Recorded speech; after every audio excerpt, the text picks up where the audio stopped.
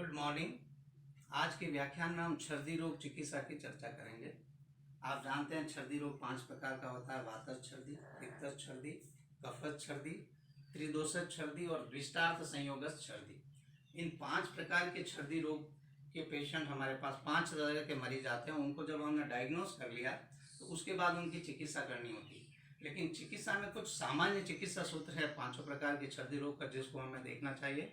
सबसे पहले आचार्य कहते हैं चिकित्सा सूत्र को बताते हुए कि आमाशयोत क्लेश भवा ही सर्वा छर्दियो मता, अर्थात सभी प्रकार के छर्दी रोग या ऑल टाइप ऑफ वॉमिटिंग्स जो है वो आमाशय में उत्क्लेश करके उत्पन्न होती है। यानी ये एक सामान्य संप्राप्ति हुई, चाहे वो वातिक हो, पैथिक हो या श्लेष्मिक छर्दी हो या त्रिदोषज हो, वो आमाशय में उत्क्लेश करके फिर दोषों की ऊर्ध्व गति कराते हुए उसका मैनिफेस्टेशन वहां देखने को मिलता है।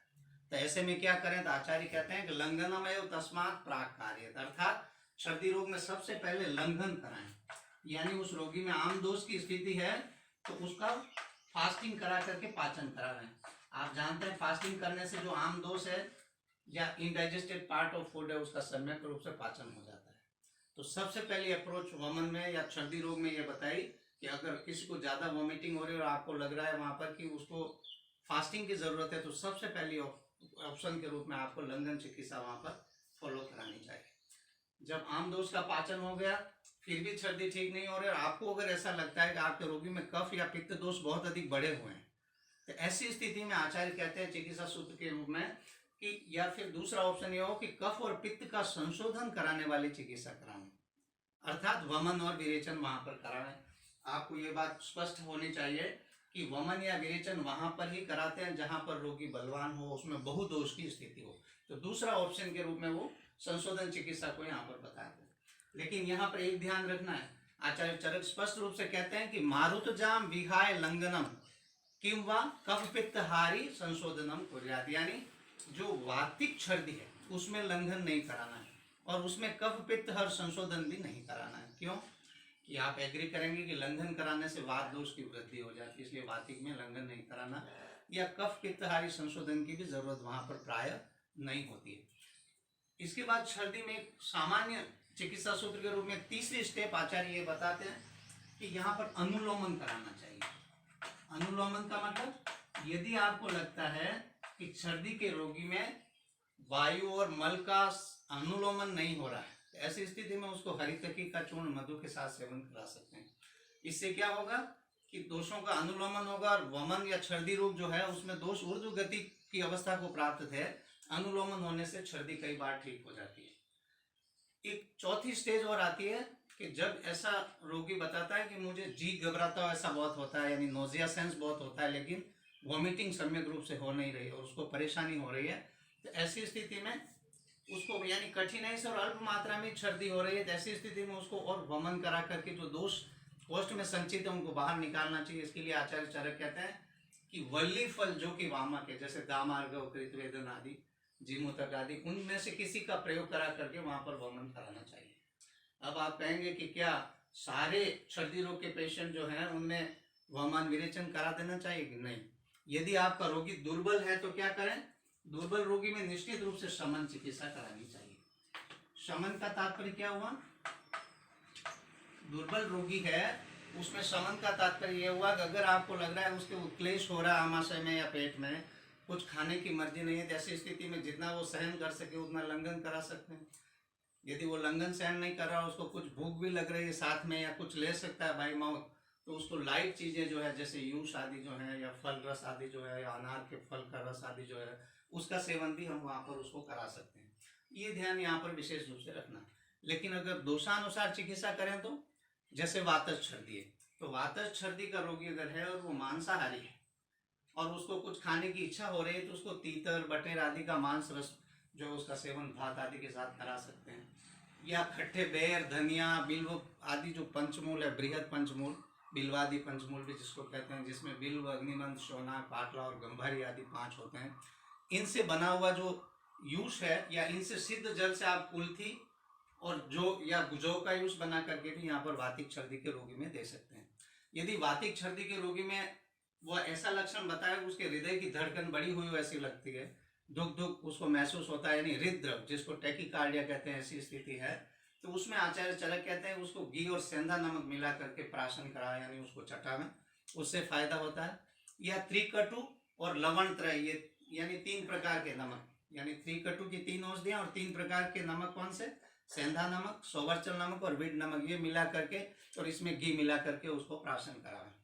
ये कुछ चिकित्साएं वातिक छर्दी में उन्होंने बताई है। फिर पित्तज छर्दी, पित्तज छर्दी में कहते हैं कि अगर उसमें दोष बढ़े हुए हैं तो ऐसी स्थिति में वहां पर अनुलोमन करावें। अनुलोमन के लिए क्या करेंगे? पित्तज छर्दी में अनुलोमन के लिए वहां पर निशोथ का प्रयोग कराएंगे। आपको पता होना चाहिए कि निशोथ विरेचन औषध है, आप जानते होंगे, और निशोथ जो है वो सुखपूर्वक विरेचन कराने वाला है और पित्त के लिए भी ठीक है निशोथ का प्रयोग। इसलिए पित्तज छर्दी में अगर अनुलोमन कराना है तो निशोथ के चूर्ण का प्रयोग करावें। किसके साथ करावें? आप मुनक्का के क्वाथ के साथ करा सकते हैं या गन्ने के रस से भी निशोथ का प्रयोग करा सकते हैं। पैतिक छर्दी में अगर आपको रोगी जो बता रहा है उसके अनुसार ऐसा लगता है उसका पित्त आमाशय में स्थित है, यानी कफ स्थान में स्थित है और वहां उत्क्लेश उत्पन्न कर रहा है, यानी पित्त अगर कफ के स्थान में और उत्क्लेश कर रहा है, ऐसी स्थिति में वमन भी उसको विभिन्न वामक द्रव्यों का प्रयोग करा के करा सकते हैं। संशोधन के बाद में पथ्य रूप में क्या दें? तो कहते हैं धान के लावा का सत्तू, मधु, चीनी आदि मिला करके दे सकते हैं। या अगर वो व्यक्ति मांसाहारी है तो जंगल प्राणी जो है उनका, यानी जंगल पशु या पक्षी का मांस रस भात के साथ वहां पर दे सकते हैं।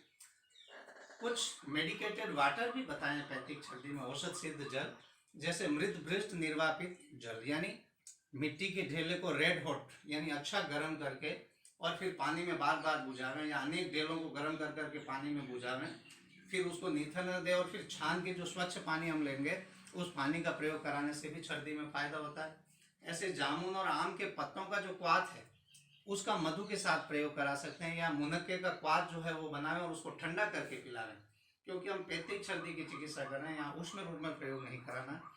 इसी क्रम में आचार्य ने कुछ शीत कल्पना या हिम कल्पनाओं का भी यहाँ पर वर्णन किया है इसकी चिकित्सा में पैतिक छर्दी में, जैसे खस और धनिया से बनी हुई जो हिम कल्पना उसका प्रयोग करावें, या चने की दाल को रात में पानी में भिगो दें और सुबह मसल के छान के उस पानी का प्रयोग करावें, यानी चने की दाल का हिम बना के, या चांदनी रात में अच्छे से ऊपर से ढक करके रखा हुआ गन्ने का रस या दूध, उसका सेवन भी पैतिक छर्दी में करा सकते हैं। ये सारी हिम कल्पनाएं वहां पर बताइए। पित्तज छर्दी में कुछ चूर्ण योग भी आचार्य ने बताए, जला और खस का चूर्ण तंडुलोदक के साथ देने के लिए कहा। उसके बाद दूसरे योग के रूप में आचार्य कहते हैं कि शुद्ध स्वर्णगेरी जो है उसका भी सुगंध बाला के साथ सेवन करा सकते हैं, और शुद्ध स्वर्णगेरी और सुगंध बाला को मधु के साथ प्राशन करावे और अनुपान में तंडुलोदक कहते हैं। या कहते हैं जौ के सत्तू का प्रयोग भी करा सकते हैं पैतिक छर्दी में, या खजूर या नारियल या बेर का जो गुदा है या मुनक्का का जो गुदा है उसमें मधु, मिश्री और पीपल या पीपली जिसको आप कहते हैं वो मिला करके भी यहाँ पैतिक छर्दी में प्रयोग करा सकते हैं। अब हम कफज छर्दी की बात करें। कफज छर्दी में आचार्य कहते हैं कि अगर वहाँ दोष अच्छे से निकल नहीं रहा छर्दी के माध्यम से, बहुत दोष की स्थिति है, तो वहाँ सबसे पहले वमन करावें। वमन किससे कराएंगे? मदन फल से यहाँ वमन कराना, लेकिन यहाँ वमन में ये ध्यान रखना है कि कुछ द्रव्य मिलाने उसके साथ, जैसे पीपल है, सरसों है, नीम है, और इसके साथ मदन फल मिला करके वहाँ पर वमन करावें। आप एग्री करेंगे कि यहाँ पीपल या नीम की छाल आदि जो बताएं ये द्रव्य कफ शमन में विशेष रूप से मदद करते हैं और मदन फल की जो वामक प्रॉपर्टी उसको असिस्ट करते हैं, इसलिए यहाँ मदन फल के साथ पीपल, नीम की छाल आदि इनको मिला करके प्रयोग करने को कहा। पथ्य में क्या दे सकते हैं यहाँ पर कफज छर्दी में? परवल, गुड़ुचि या चित्रक से सिद्ध जो यूस है उसका प्रयोग करा सकते हैं, या त्रिकटु से बना हुआ यूस है उसका प्रयोग करा सकते हैं। अगर रोगी मांसाहारी है तो पथ्य में क्या दे सकते हैं? जो लघु मांस रस है, जांगल प्राणियों के मांस रस आदि उनको सिद्ध करके दे सकते हैं, या जैसे आग में सीधा भून करके जो मांस का प्रयोग करते हैं उसका प्रयोग उसको करा सकते हैं। विभिन्न राग साडव जो खट्टी मीठी चटनियाँ होती है, अगर रोगी की वो सेवन करने की इच्छा है उनका प्रयोग करा सकते हैं। पुराने अरिष्ट का प्रयोग करा सकते हैं कफज छर्दी में। ऐसा क्यों?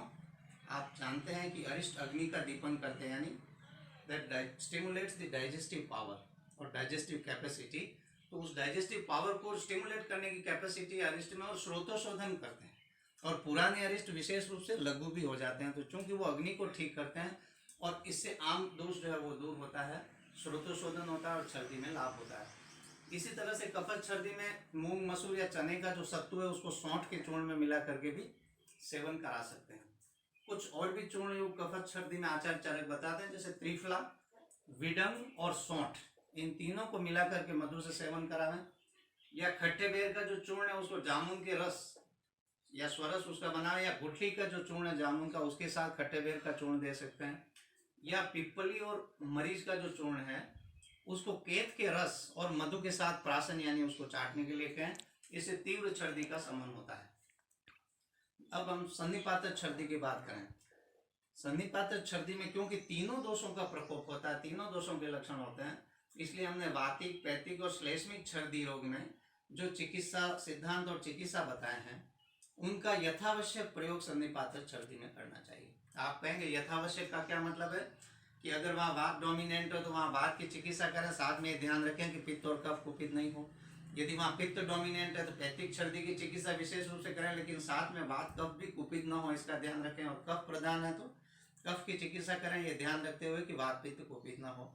या यूं कहें तीनों दोष समान रूप से अगर कुपित है तो ऐसी स्थिति में तीनों दोषों की मिलित चिकित्सा वहां पर करनी चाहिए। अब पांचवा भेद है छर्दी रोग का द्विष्टार्थ संयोग छर्दी। द्विष्ट अर्थों का मन के साथ संयोग होने से होने वाली जो छर्दी है उसकी चिकित्सा कैसे करें। यहाँ विशेष रूप से द्विष्ट विषय कई तरह के हो सकते हैं, उन विषय विशेष या उस कारण विशेष को देख करके यहाँ राय देनी चाहिए। जैसे कई बार मन के लिए अप्रिय वचन या कोई बात सुनकर भी मन बहुत घबराने लगता है, जी घबराने जैसा होता है, वॉमिटिंग सेंस होता है, या किसी भय से पीड़ित होने से भी ऐसा हो सकता है। ऐसे रोगियों में मनोनुकूल, उनको जो अच्छी लगे ऐसी बात बोले हैं उनके सामने, उनको आश्वासन दे। अगर असात में भोजन से किसी को छर्दी हुई है, वो भी दुष्टार्थ संयोगज में आएगा, तो ऐसे को क्या करेंगे, हम असात में भोजन का सेवन बंद करने की राय देंगे और उसकी जगह साथ में भोजन को धीरे धीरे करना उसको बताएंगे। इसी तरह से अगर कोई अप्रिय गंध आदि है उसके संयोग होने से अगर छर्दी हो रही है तो उस अप्रिय गंध की जगह हम उसके मन को प्रिय लगने वाली जो गंध वाली जो चीजें उनका प्रयोग कराते हैं। जैसे आपने देखा होगा कि ट्रैवलिंग के दौरान कई लोगों को वॉमिटिंग होती है, तो ऐसे में वो नींबू का जो सुगंध है उसको सूंघते हैं, या संतरा आदि जो मौसमी आदि है उसको लेकर के नाक के पास सूंघते हैं। क्यों कि उस बस या ट्रेन में या एयर में जहाँ भी सफर कर रहे हैं वहाँ की जो गंध है वो उनके लिए साथ में नहीं, उससे उनको वॉमिटिंग सेंस हो रहा है। उसकी जगह हम प्रिय गंध के रूप में वहाँ नींबू आदि या संतरा आदि की गंध का सेवन करने को उनको कहते हैं, तो ये भी वहाँ पर है। इसके अलावा रोगी के मन को प्रिय लगने वाला आहार दें। क्यों कि वमन हमें या छर्दी जो है वो हमेशा अप्रिय चीज जो है, असात में जो चीज है उसी से छर्दी या वॉमिटिंग होती है, तो उसको मनोनुकूल आहार जो उसको प्रिय लगे वो दें। और बाद में आचार्य चरक कहते हैं इन विविध उपायों से भी शांति नहीं हो तो रोगी को जो भी प्रिय लगे वो दें। अब जो भी यानी खाने पीने में या सुगंधित द्रव्यों जो उसको प्रिय लगे उसका सेवन उसको कराना। ऐसा क्यों कहा आचार्य ने, आपके मन में ये संशय हो सकता है कि रोगी को जो भी प्रिय लगे वो चीजें अगर हम उसको देंगे तो उसके लिए जरूरी नहीं हित कर। तो आचार्य कहते हैं कि हाँ ऐसा हो सकता है कि उसके मन को प्रिय लगने वाली सारी चीजें, जैसे वो आइसक्रीम की भी इच्छा कर सकता है, वो तो यहाँ पर ठीक नहीं है क्योंकि आम दोष की स्थिति रहती है छर्दी में। लेकिन यहाँ तात्पर्य यह है कि उसके मन को प्रिय लगने वाली चीजें क्यों दें कि उससे उसका वॉमिटिंग का जो वेग है वो कम होगा। तो बड़ी हानि से बचने के लिए कई बार आचार्य छोटी हानि को स्वीकार कर लेते हैं, उसके मन को प्रिय लगने वाले शब्द स्पर्श रूप रस गंध का संयोग उसके साथ करेंगे। और मान लो वो कुछ मात्रा में अहितकर भी हुए, लेकिन अगर वमन के वेग को या छर्दी के वेग को उसने अगर रोक दिया तो रोगी को डिहाइड्रेट होने से वो वहाँ पर बचा देता है, और फिर जो अल्प उपद्रव होते हैं उनको बाद में जीते जा सकते हैं। तो इस तरह से द्विष्टार्थ संयोगज में आचार्य बाद में कहते हैं कि रोगी को प्रिय लगने वाले गंध रस आदि जो है उसका सेवन उसको करावें। यदि उससे कुछ अल्प उपद्रव भी हुए कालांतर में अहितकर होने से तो उनको आसानी से जीता जा सकता है।